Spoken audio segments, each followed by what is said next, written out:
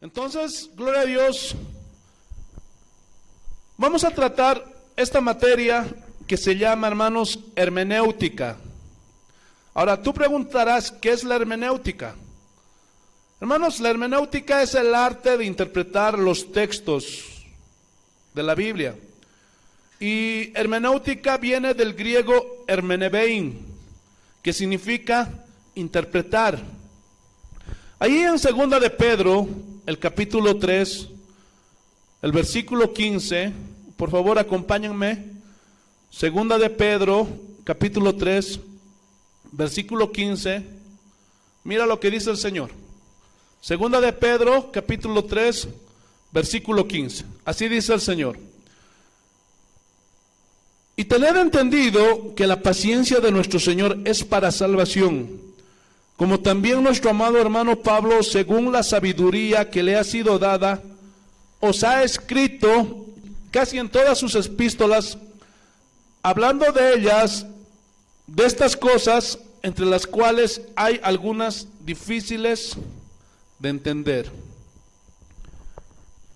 Y yo quiero que noten lo siguiente: algunas cosas difíciles de entender, gloria a Dios, las cuales los indoctos e inconstantes tuercen, como también las otras escrituras, para su propia perdición. Dice, primeramente, que aquí hay algunas cosas difíciles de entender, y que los indoctos. Ahora, ¿quién es un indocto? Un indocto, hermanos, es alguien que no está entendido o no tiene conocimiento de cierta materia. En este caso, de las escrituras, de la palabra de Dios. Ahora, ¿qué es un inconstante? Alguien que hoy lee la Biblia, pero mañana ya no. Ese es un inconstante. Viene a la congregación este domingo y luego se aparece de 2 semanas, de un mes. Ese es un inconstante. Y la Biblia dice que los inconstantes, desgraciadamente, tuercen las escrituras e inventan un montón de herejías y de doctrinas raras. También dice otras escrituras, y esas otras escrituras se refiere al Antiguo Testamento. Pero hay una palabra que quiero que pongan mucha atención. Dice que estas cosas difíciles de entender las tuercen para su propia perdición. Entonces es muy importante la doctrina, es muy importante la sana doctrina, porque de esa manera podemos nosotros caminar seguros. En 2 de Pedro, el capítulo 1, el versículo 19, mira lo que dice el Señor. 2 de Pedro, capítulo 1, versículo 19. Ahí a la vueltita está, hermanos. 2 de Pedro, capítulo 1, versículo 19. Tenemos también la palabra profética más segura, a la cual hacéis bien en estar atentos, como una antorcha que alumbra en lugar oscuro, hasta que el día esclarezca. Gloria a Dios.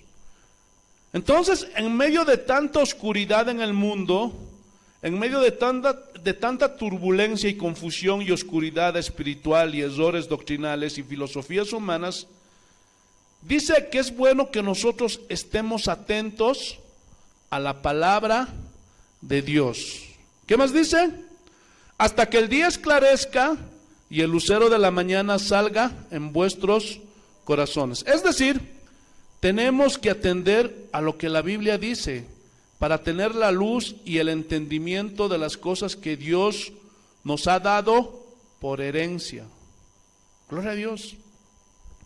Ahí mismo, gloria a Dios, en el mismo 2 de Pedro, pero esta vez en el capítulo 2, más abajito, mira lo que dice el versículo 1 al 3. Aleluya. Capítulo 2 de 2 de Pedro, versículos 1 al 3. Así dice el Señor. Pero hubo también falsos profetas entre el pueblo, como habrá entre vosotros falsos maestros, Entonces, si lo hubo en el pasado, lo habrá también en el presente. Y los hay. En estos días los hay, ¿sí o no? Gloria a Dios. Que introducirán encubiertamente. Gloria a Dios. Entonces, yo quiero que noten que ellos ni se van a dar cuenta. ¿Por qué? Porque lo van a introducir encubiertamente. ¿Qué? ¿Qué cosa van a meter encubiertamente? Herejías destructoras. Gloria a Dios. ¿Dónde van a meter esas herejías destructoras? Dentro de la iglesia. Aleluya. Y aún negarán al Señor que los rescató, gloria a Dios, atrayendo sobre sí mismos destrucción repentina. Gloria a Dios. Pero lo terrible de esto está en el versículo 2. Mira lo que dice. Y muchos seguirán sus disoluciones. No van a ser pocos. Hermano, la mayor cantidad de cristianos van a ser engañados. La mayoría. Aleluya. Por causa de los cuales el camino de la verdad será blasfemado. Hermano, ¿has escuchado cómo está en descrédito la iglesia cristiana? El camino de Dios es blasfemado estos días. ¿Por qué? Por culpa de esos hombres que han torcido las escrituras. ¿Sí o no? Y luego añade, versículo 3. Y por avaricia harán mercadería de vosotros con palabras fingidas. O sea, que esos hombres miran a las ovejas como mercadería para sacarles el dinero, todo lo que puedan. Aleluya. Y no solo eso, ¿cómo van a poder sacarles todo el dinero? ¿Cómo van a poder engañarles? Con palabras fingidas. O sea, palabras mentirosas. Oh, aleluya. Aleluya. Palabras que no son ciertas, que utilizarán la Biblia para sus propios fines, para sacar dinero, para aprovecharse de la necesidad de la gente. Palabras fingidas. Pero vean la sentencia bíblica. Sobre los tales ya de largo tiempo la condenación no se tarda y su perdición no se duerme. En 2 de Timoteo, vayamos hermanos, 2 de Timoteo, el capítulo 3, te alabamos Señor.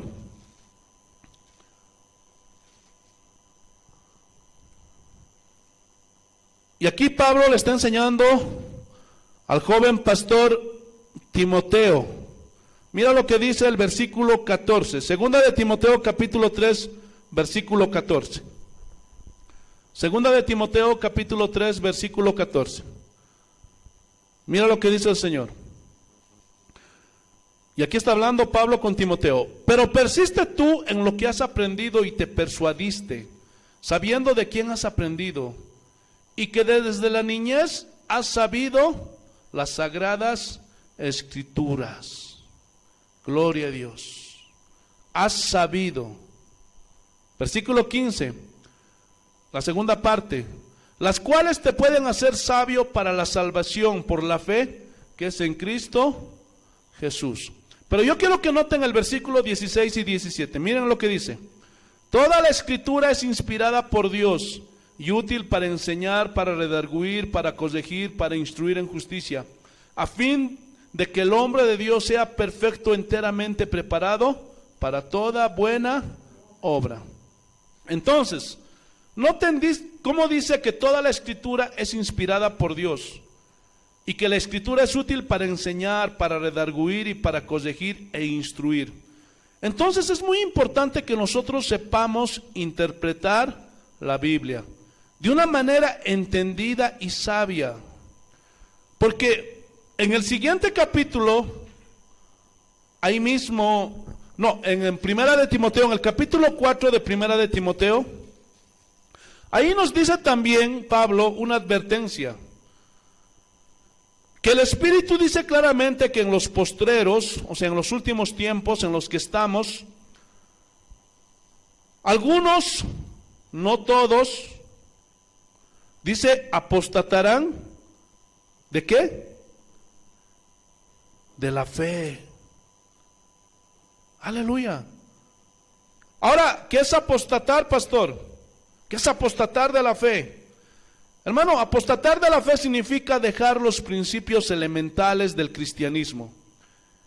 ¿Y por qué pasa esto? Por escuchar a espíritus engañadores. ¿Y qué más? Doctrinas de demonios. Entonces yo quiero que noten cómo habla de espíritus engañadores, doctrinas de demonios, que tuercen las escrituras para perdición de ellos y de los que les escuchan. Entonces es muy importante que nosotros atendamos a esta materia, la hermenéutica, para poder tener un entendimiento más claro de las escrituras y así librarnos de los errores de interpretación. Comencemos pues con la regla fundamental de la hermenéutica. Estén atentos, hermanos.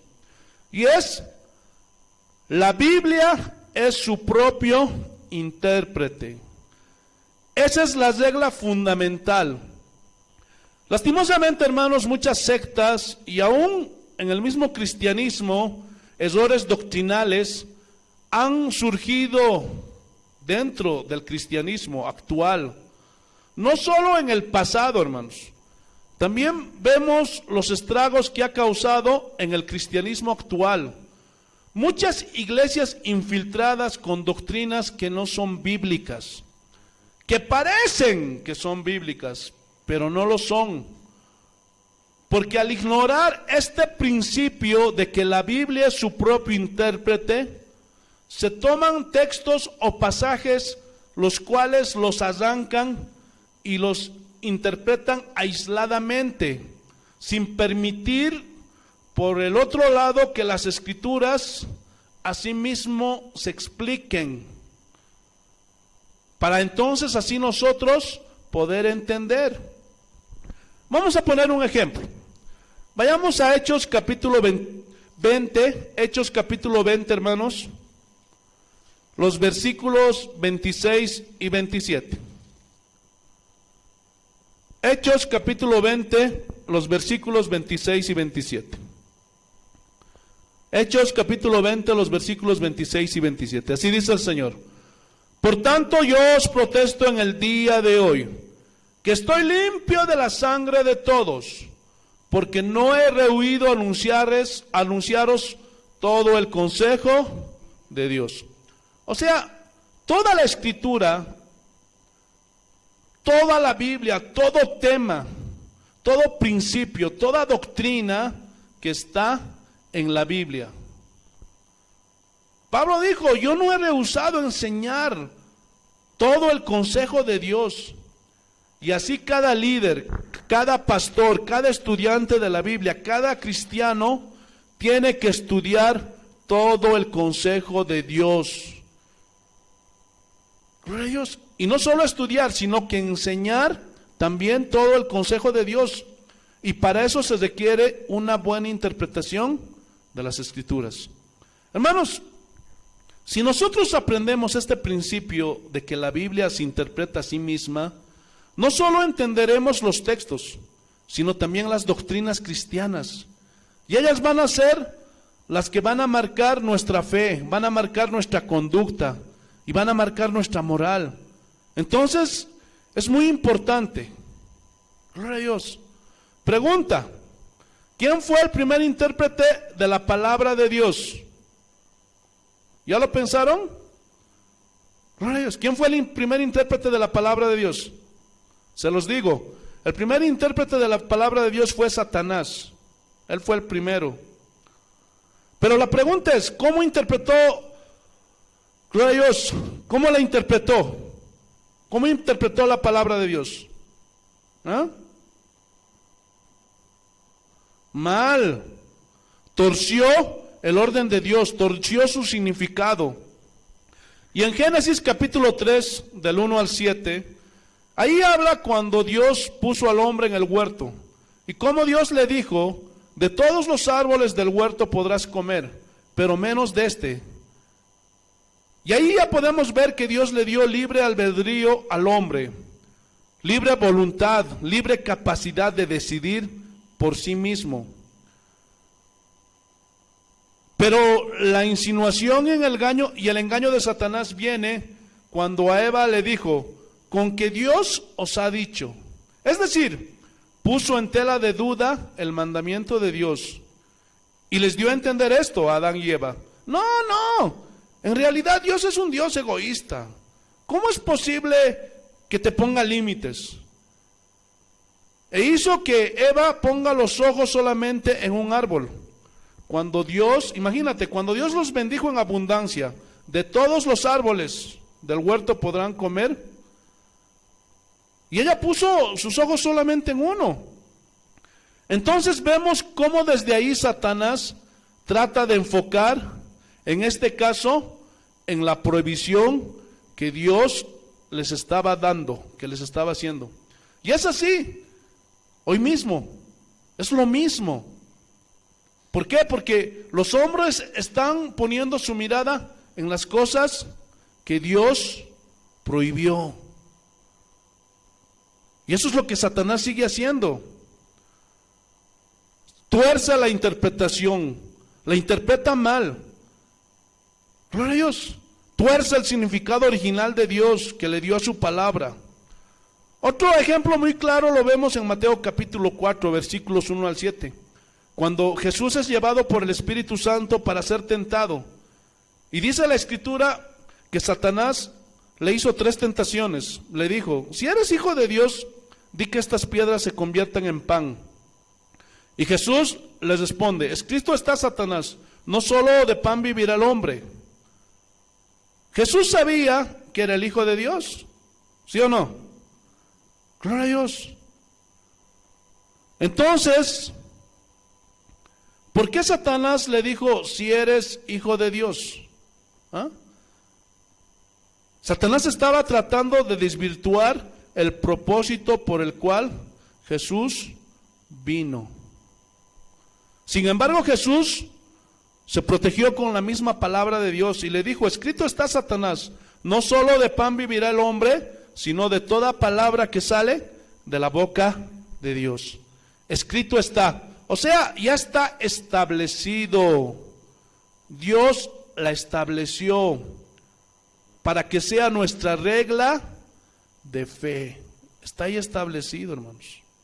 Para que sea nuestra regla de conducta y de nuestros principios que rigen nuestra moral. Enseguida Satanás hace una segunda tentación y le dice que lo llevó a un lugar alto y le dijo: lánzate. Y dice que en ese momento el diablo citó el Salmo 91. Está escrito: lánzate al vacío, al cabo Dios mandará a sus ángeles y ellos te van a guardar en todos tus caminos. Pero Jesús les responde: escrito está también, Satanás. Y noten esto: no tentarás al Señor tu Dios. Es decir, Satanás siempre tratará aún a los cristianos de engañarles. ¿Cómo? Torciendo las Escrituras. Pero esto lo puede hacer únicamente cuando el creyente, el cristiano, no se toma el tiempo para estudiar. Y como en este caso, gloria a Dios, estudiar las reglas de interpretación. Gloria a Dios. Y eso nos va a ayudar a entender los pasajes. Posteriormente Satanás le mostró a Jesús todos los reinos del mundo y le dijo: todo esto te doy si postrado me adorares. Y este diablo no se medía, hermanos. Y Jesús le dijo: vete, Satanás, porque escrito está. Yo quiero que noten que las 3 veces, las 3 tentaciones de Satanás a Jesús, Jesús dijo: escrito está, escrito está, escrito está. Pero yo quiero que noten, por otro lado, cómo Satanás solo ponía el lado A, pero Jesús le cambiaba el cassette al lado B. Para los que ya no conocieron las radiograbadoras, ¿se acuerdan? Ponías el cassette y había dos lados, lado A y lado B, para que me entiendan. Entonces el diablo le ponía solo el lado A, pero Jesús le daba la vuelta al cassette y le daba la vuelta al lado B. ¿Por qué? Porque así tiene que ser, porque tenemos que ver el contexto general de la Biblia. Entonces el diablo torció su significado y lo seguirá haciendo. Pero esta materia, este estudio de hermenéutica nos va a ayudar a protegernos de ese mismo error. Vamos a ver la primera regla de interpretación y dice así, estén atentos hermanos, esta es la primera regla. Se debe tomar las palabras en sentido figurado. ¿Cómo es eso, pastor? Te explico. Se toman según el uso ordinario de la época en que se escribió. Voy a poner un ejemplo, vayámonos a Génesis capítulo 6, versículo 12. Para que entiendan, hermanos. Estén atentos, esta es la primera regla. Génesis capítulo 6, versículo 12. ¿Qué dice el Señor? Génesis capítulo 6, versículo 12. Y miró Dios la tierra, y aquí estaba corrompida, porque toda carne había corrompido su camino sobre la tierra. Entonces dice que toda carne se corrompió en la tierra. Hermanos, si nosotros lo interpretamos en sentido literal, pierde su sentido, ¿sí o no? Y el significado ya no sería el correcto. Pero si tomamos en sentido figurado, en el sentido ordinario de ese tiempo, son expresiones propias que se conocen como hebraísmos, que son expresiones propias de los judíos. Es así como nosotros tenemos bolivianismos. Por ejemplo, llega a las 10:30, 11 de la mañana y te encuentras con tu amigo, con tu pariente. Oye, ¿ya te comiste tu callito? ¿Qué es eso? Para los que escuchan en otros países, callo es una comida que está entre el medio del desayuno y del almuerzo, más o menos 10:30 de la mañana. Aleluya. Entonces ellos usaban también palabras propias de su tiempo. Y aquí aparece carne. Y aquí carne son personas. Y caminos son conductas. O sea, formas de vida que ellos tenían. Vamos a otro ejemplo. Vayamos a Lucas capítulo 14, versículo 26. Lucas capítulo 14, versículo 26. Mira lo que dice el Señor. Lucas capítulo 14, versículo 26. Si alguno viene a mí y no aborrece a su padre y madre y mujer e hijos y hermanas y hermanos y aún también su propia vida, no puede ser mi discípulo. Y esto es lo que conocemos como un hebraísmo, o sea, una expresión propia que tenían los judíos. Ahora, ¿qué significa eso, pastor? ¿Que vamos a aborrecer a nuestros seres queridos? No. ¿Saben qué significa? Amar menos.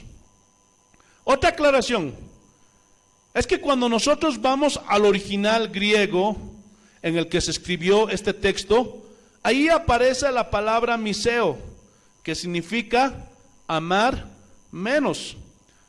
Este versículo, hermanos, al sacarlo de su contexto, al no entender que es una expresión propia de los judíos, que no significa odiar, sino significa preferencia, significa amar menos, o sea, darle a Dios el primer lugar.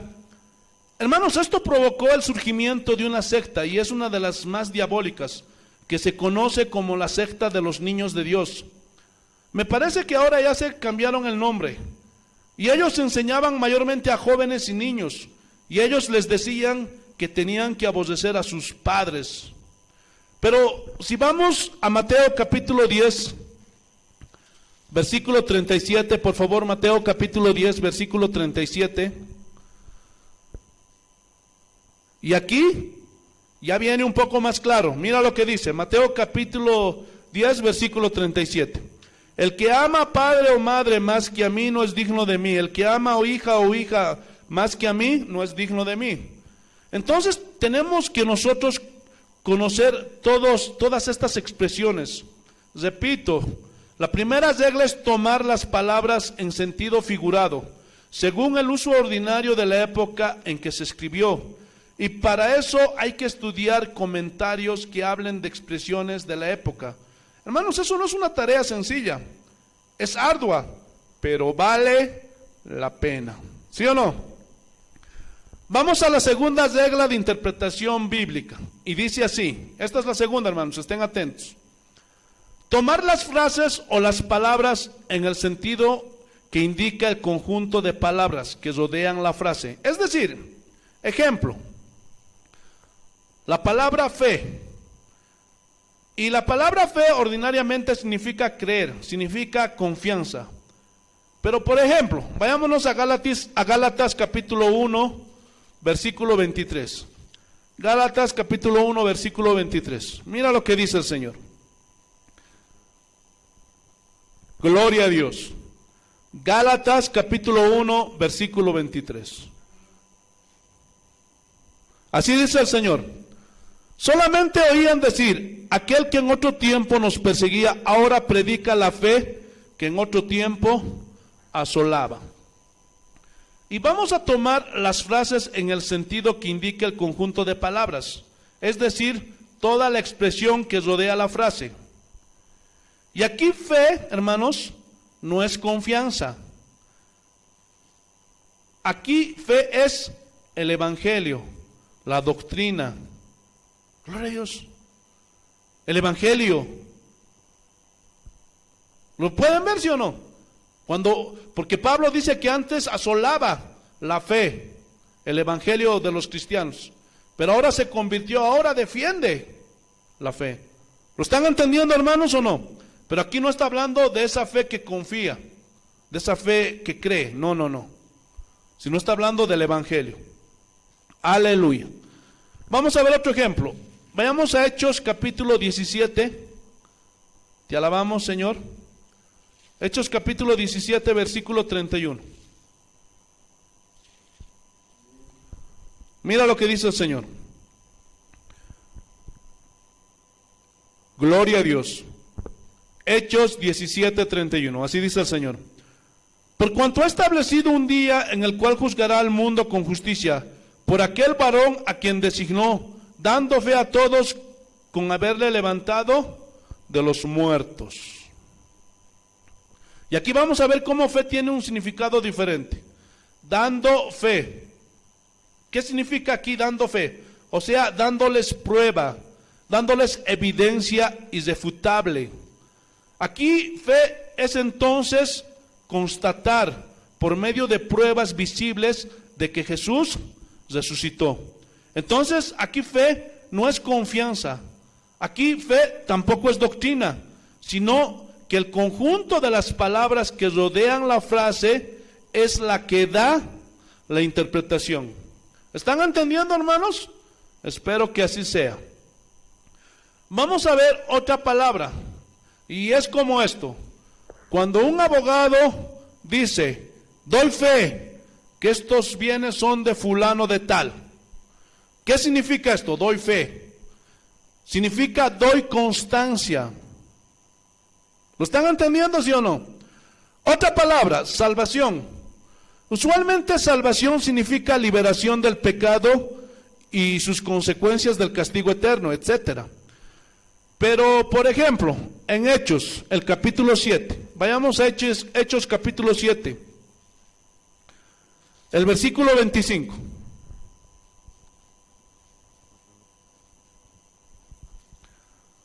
Mira lo que dice. Pero él pensaba que sus hermanos comprendían que Dios les daría libertad. Aquí aparece libertad, pero en otras versiones aparece salud o salvación. Aleluya. ¿Qué más dice? Les daría libertad por mano suya, mas ellos no habían entendido así. Hermanos,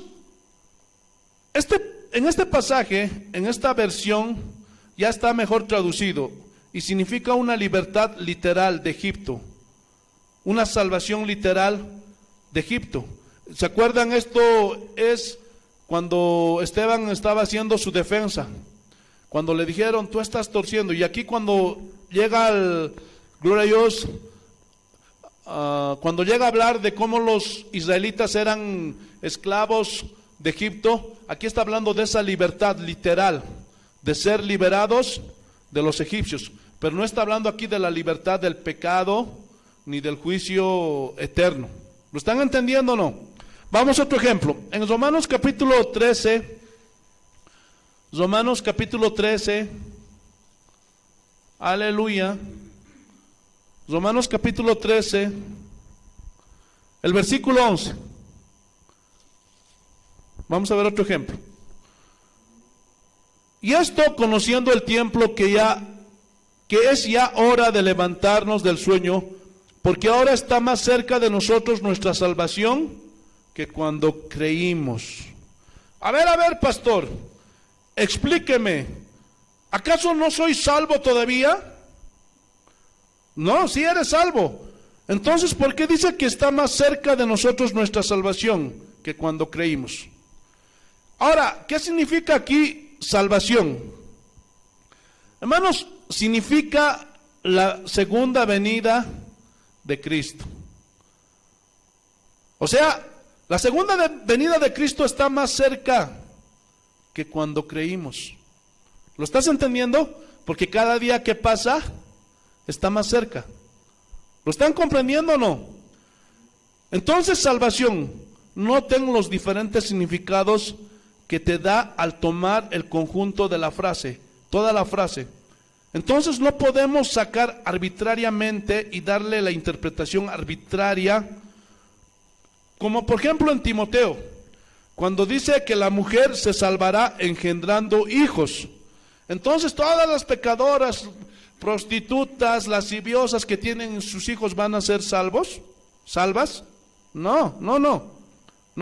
Ahí no está hablando de la salvación de condenación, no. Sino ahí habla de que será sólida en su carácter, salvará su testimonio. ¿Lo están entendiendo o no? Vamos a ver otro ejemplo. Hebreos capítulo 2, versículo 1. Te alabamos, Señor. Bendito es tu nombre, Señor. Hebreos capítulo 2, versículo 1. Mira lo que dice el Señor. Por tanto, es necesario que con más diligencia atendamos a las cosas que hemos oído, no sea que nos deslicemos.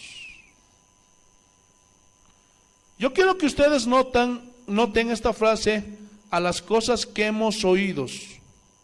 Hermano, si ustedes ven el capítulo 1 del mismo Hebreos, miren lo que dice el versículo 1 y 2. Dios, habiendo hablado muchas veces y de muchas maneras en otro tiempo a los padres por los profetas, en estos postreros días ha hablado por el Hijo. O sea, habló de muchas maneras en la antigüedad, pero en estos postreros días nos está hablando a través de su Hijo. Entonces aquí está hablando de no ser duros de corazón. Y en el versículo 1 del capítulo 2, por tanto es necesario que con más diligencia, ¿qué? Atendamos a las cosas que hemos oído, no sea que nos deslicemos. Versículo 2, porque si la palabra dicha por medio de los ángeles fue firme, y toda transgresión y desobediencia recibió justa retribución, o sea, justo pago, ¿cómo escaparemos nosotros si descuidamos una salvación tan grande? Ahora, aquí salvación, ¿qué es? Es el mensaje, es la palabra. Aquí no está hablando si se pierde o no la salvación. Aquí salvación es si descuidamos lo que hemos oído. ¿Y qué hemos oído? La palabra de Dios. ¿Lo están entendiendo o no? ¿Qué más dice? La cual habiendo sido anunciada, y lo corrobora, ¿no? La cual habiendo sido anunciada primeramente por el Señor, nos fue confirmada por los que oyeron. ¿Qué oyeron? El mensaje del Evangelio. Entonces quiero que vayan notando cómo es importante el estudio de esta materia hermenéutica. Hay otra palabra muy común en la Biblia, y es la palabra gracia. Usualmente gracia significa favor inmerecido de parte de Dios. Pero en Efesios capítulo 2, versículo 8, vayamos a Efesios por favor. Efesios capítulo 2, versículo 8. Mira lo que dice el Señor. Porque por gracia sois salvos por medio de la fe. Dice que somos salvos por gracia. Y aquí gracia, aquí significa gracia que es misericordia y bondad. Vamos a ver algo más claro todavía. Hechos capítulo 14, versículo 3. Hechos capítulo 14, versículo 3. Te alabamos, Señor. Hechos capítulo 14, versículo 3. Mira lo que dice. Por tanto se detuvieron allí mucho tiempo, hablando con denuedo, confiando en el Señor, el cual daba testimonio a la palabra de su gracia. Hermanos, ahí la palabra de su gracia, ¿qué es? Según el contexto de la frase, la predicación del Evangelio. ¿Sí o no? ¿Lo pueden ver o no? Aquí es la predicación del Evangelio. Hay otra palabra que es muy común y es la palabra carne. Es una expresión muy judía. Es del tiempo de Jesús y de muchos años antes, la palabra carne. Usualmente significa personas.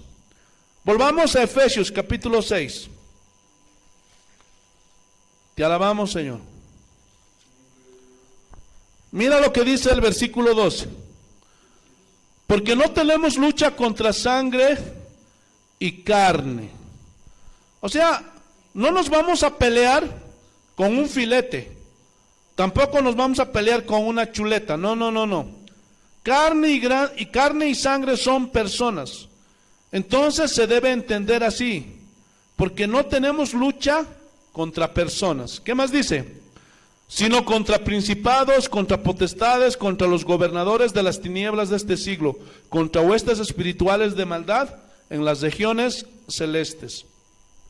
Entonces nuestra lucha verdadera no es contra personas, sino contra huestes espirituales de maldad. En Ezequiel, vayamos por favor a Ezequiel, el capítulo 36. Te alabamos, Señor. Ezequiel es uno de los profetas mayores, está detrás de Isaías, Jeremías, todos después sigue Ezequiel. Lamentación, Isaías, Jeremías, Lamentación de Jeremías y ahí está Ezequiel. Sí, correcto. Ezequiel capítulo 36, el versículo 26. ¿Qué dice el Señor?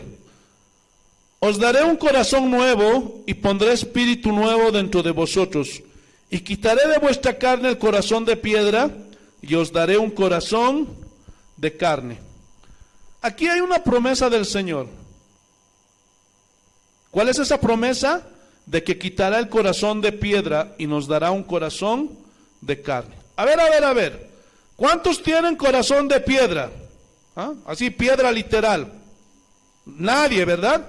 Entonces, ¿a qué se refiere con corazón de piedra? Obviamente, hermanos, no es literal. Se refiere a una dureza espiritual. Y significa que quitará esa dureza de nuestro corazón y nos dará un corazón de carne.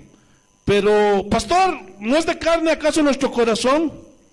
Sí es de carne natural. Pero aquí se refiere a actitud, a espíritu dócil, a un espíritu que ya no es duro. Ahora sientes, ahora obedeces. ¿Lo estás entendiendo o no? En Primera de Timoteo, vayamos a Primera de Timoteo, hermanos. Te alabamos, Señor. El capítulo 3, versículo 16. Mira lo que dice el Señor. Primera de Timoteo, capítulo 3, versículo 16. Aleluya. E indiscutiblemente grande es el misterio de la piedad. Dios fue manifestado en carne. Y aquí habla de que Cristo se encarnó. Pero, ¿cómo podemos entender aquí carne? Aquí carne es en forma humana. ¿Lo estás entendiendo o no? Hay otra palabra que es sangre. En Mateo capítulo 27, vayamos hermanos a Mateo capítulo 27, no se cansen, ya tienen que ser diestros para manejar la Biblia, hermanos. Son estudiantes de la Biblia. Mateo capítulo 27. Vamos a estudiar este pasaje en el versículo 25. Mateo capítulo 27, versículo 25. Mira lo que dice. Y respondiendo todo el pueblo dijo: su sangre sea sobre nosotros y sobre nuestros hijos. Y esto habla cuando Jesús estaba siendo sentenciado y estaba delante de Poncio Pilato. Y él dice: ¿qué quieren que haga con Jesús? ¿Que le suelte? No. Y dice que en esa fiesta acostumbraban a soltar un criminal. Y dice que trajeron allá a Barrabás. Y nuevamente le preguntaron al pueblo: ¿a quién quieren que le suelte? ¿A Jesús o a Barrabás? Y dice que todos gritaban: ¡a Barrabás! De ahí nacieron las barrabasadas. O sea, cómo la gente escoge mal.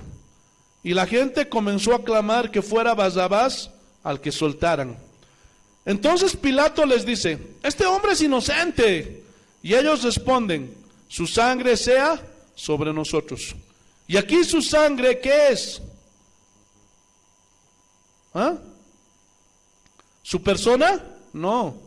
¿Qué sangre ahí? Su culpa. O sea, nosotros asumimos las consecuencias de nuestras acciones.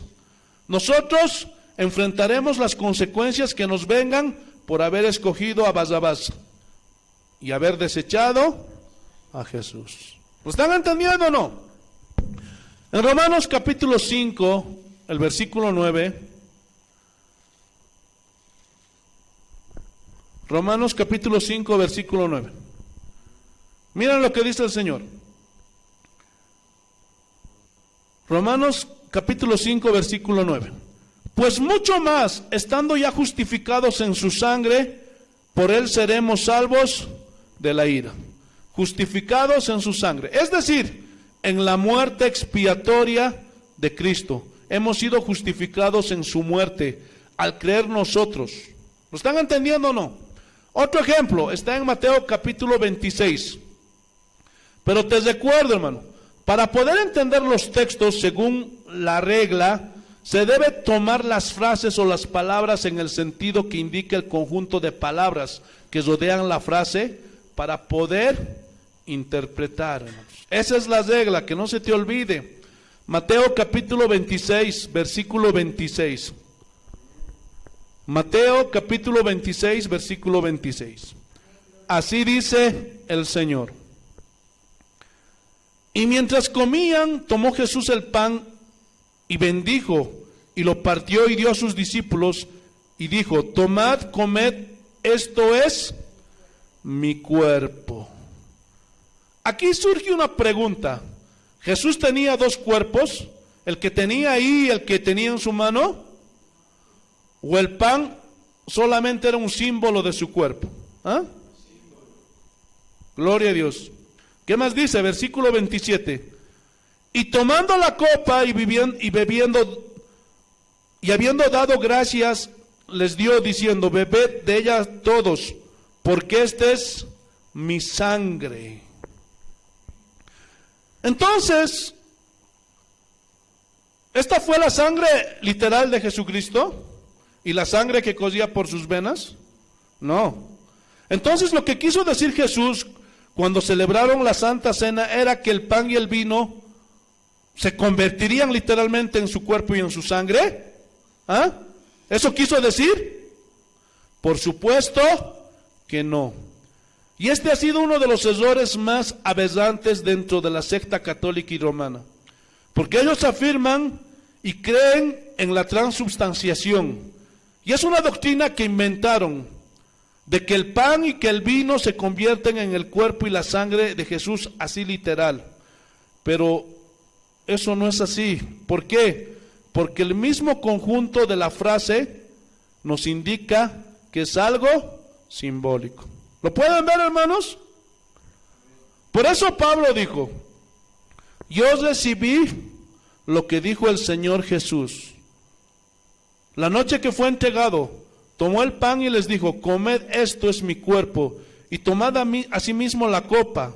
Les dijo: beban de ella todos, porque no la volveré a beber hasta que esté en el reino de mi Padre. Vamos a volver a beber, pero es simbólico nada más. Gloria a Dios. Es simbólico. Es un simbolismo de la sangre y el cuerpo de nuestro Señor Jesucristo. Vayamos a Mateo, y este texto es aún más controversial. Vayamos a Mateo capítulo 16, el versículo 19. Porque muchos han torcido esto, hermano, y le han dado una muy mala interpretación.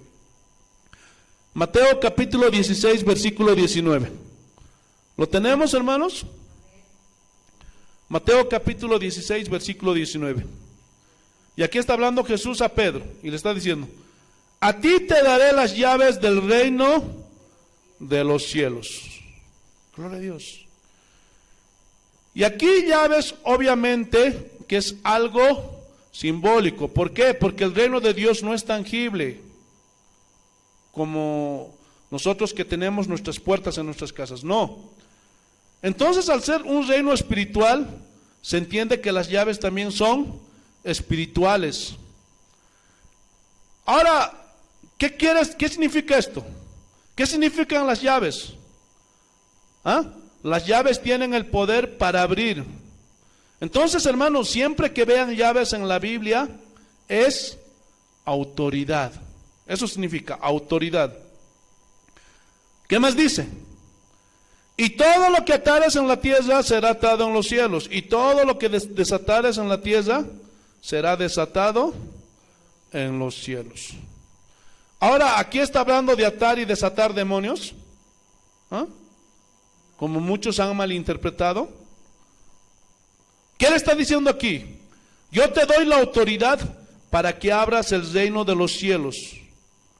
Y esto no solamente se lo dio a Pedro, también lo dio a todos los discípulos y a todos los cristianos. ¿Cómo, pero pastor? Esto se ve en Hechos capítulo 2, cuando Pedro predica el día de Pentecostés, ¿se acuerdan?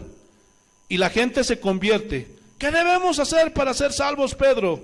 Y Pedro les predica el evangelio y les abre las puertas del reino de los cielos.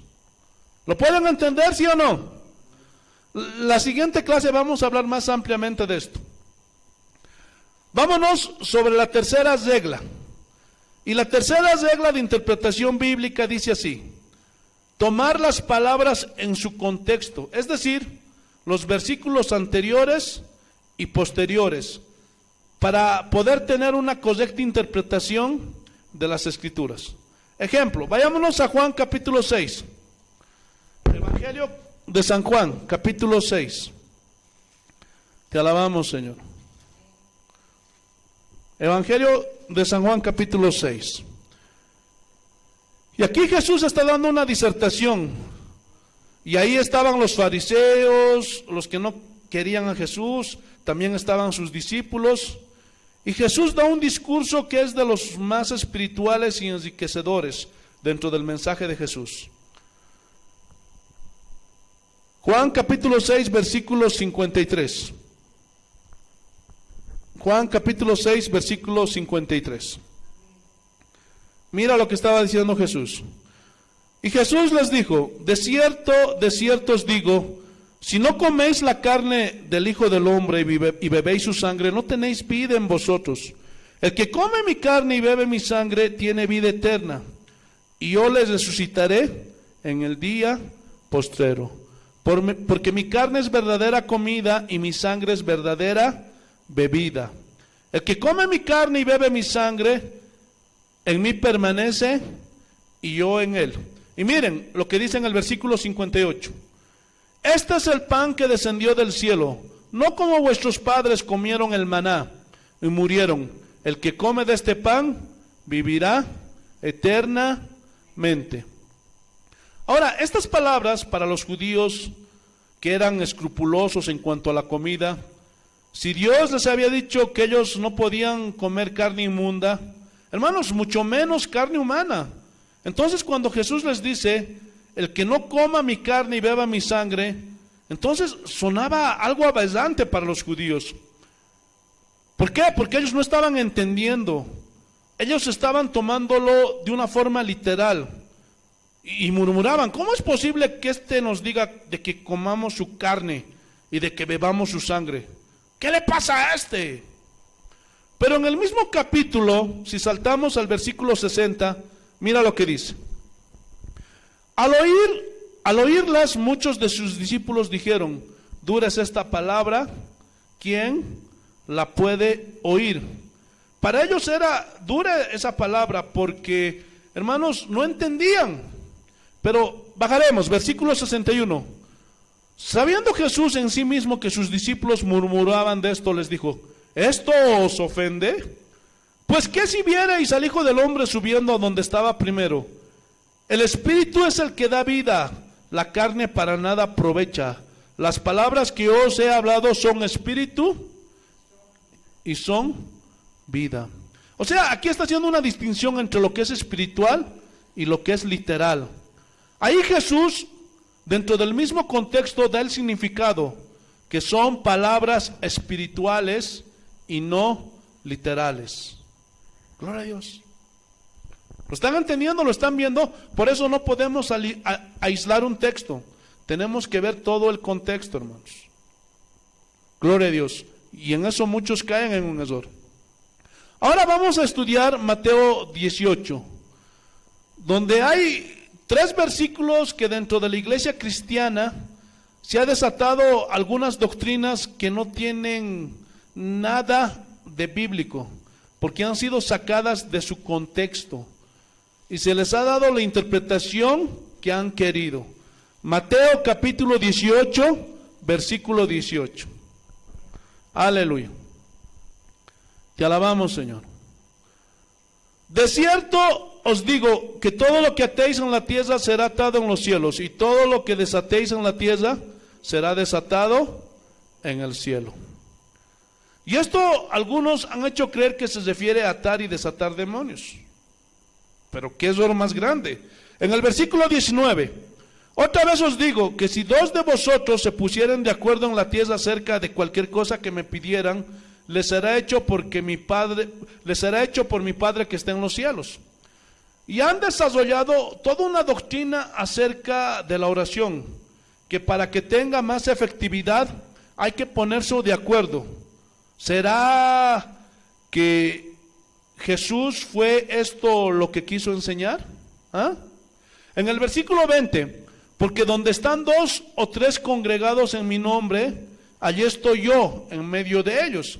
Y este texto es infaltable en esas reuniones donde muchas veces hay poca gente y los hermanos no llegan o no vienen y el pastor se la saca de la manga y comienza a decir, somos poquitos pero benditos. Como Jesús dijo, donde están 2 o 3 congregados en mi nombre, ahí estoy yo en medio de ellos. Pero ¿realmente fue eso lo que Jesús quería decir? Aquí vamos a terminar esta clase, hermanos. Y el próximo domingo vamos a estudiar concienzudamente el contexto de este capítulo 18, para ver si es cierto que habla de atar y desatar demonios. A ver si podemos orar en unidad para que sea más efectivo, y etcétera. Entonces, hermanos, nos vamos a ver el próximo domingo. Somos Casa de Oración en Oruro, Bolivia. Síguenos en Facebook como Casa de Oración y suscríbete al canal y dale like y nos ayudarás muchísimo para seguir adelante con la obra de Dios. Estamos ubicados en la zona norte de Oruro, A continuación, te dejo la dirección y que Dios te bendiga. Somos